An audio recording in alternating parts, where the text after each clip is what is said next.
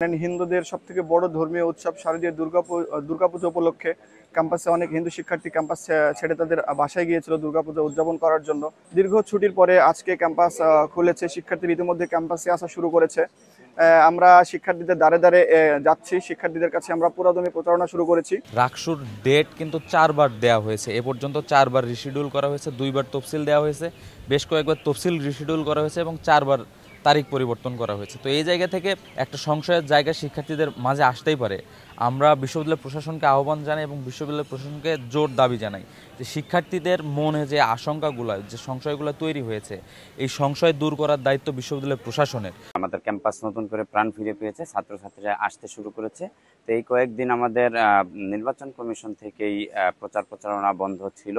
তো গতকালকে আপনারা নোটিশ দেখেছেন যে গতকালকে থেকে তারা কিন্তু প্রচারণার সময় বাড়িয়েছে। আগে ছিল রাত 10টা, এখন রাত 12টা পর্যন্ত করেছে। তো গতকালকে আমরা টুকটাক হলে গিয়েছি, প্রচার শুরু করেছি। তো আজকে থেকে আমরা ক্যাম্পাসে আবার প্রচারণা শুরু করব। তার আগে আজকে 5 অক্টোবর বিশ্ব শিক্ষক দিবস। সেই বিশ্ব শিক্ষক দিবসে আমাদের মহান শিক্ষক শহীদ শামসুজ্জোহা স্যারের কবর জিয়ারত করবো আমাদের প্যানেলের পক্ষ থেকে। এরপরে আমরা আমাদের সেই গতানুগতিক ধারার যেই ভোট চাওয়ার যেই আমাদের সিস্টেম, আমরা শিক্ষার্থীদের দ্বারে দ্বারে যাব। আমাদের আজকে থেকে আবার শুরু হবে আমাদের সেই আনাগোনা।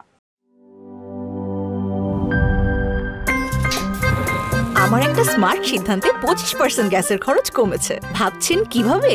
সাধারণ গ্যাস স্টোভ বদলে আমি এনেছি আরএফএল গ্যাস স্টোভ। এর সাইন্টিফিক নজল ও ব্রাস বার্নার ক্যাপ সমানভাবে তাপ ছড়িয়ে রান্না করে দ্রুত, তাই গ্যাসও বাঁচায় 25%, টাকাও বাঁচে 25%। আরএফএল গ্যাস স্টোভ নিরাপদ ও গ্যাস সাশ্রয়ী।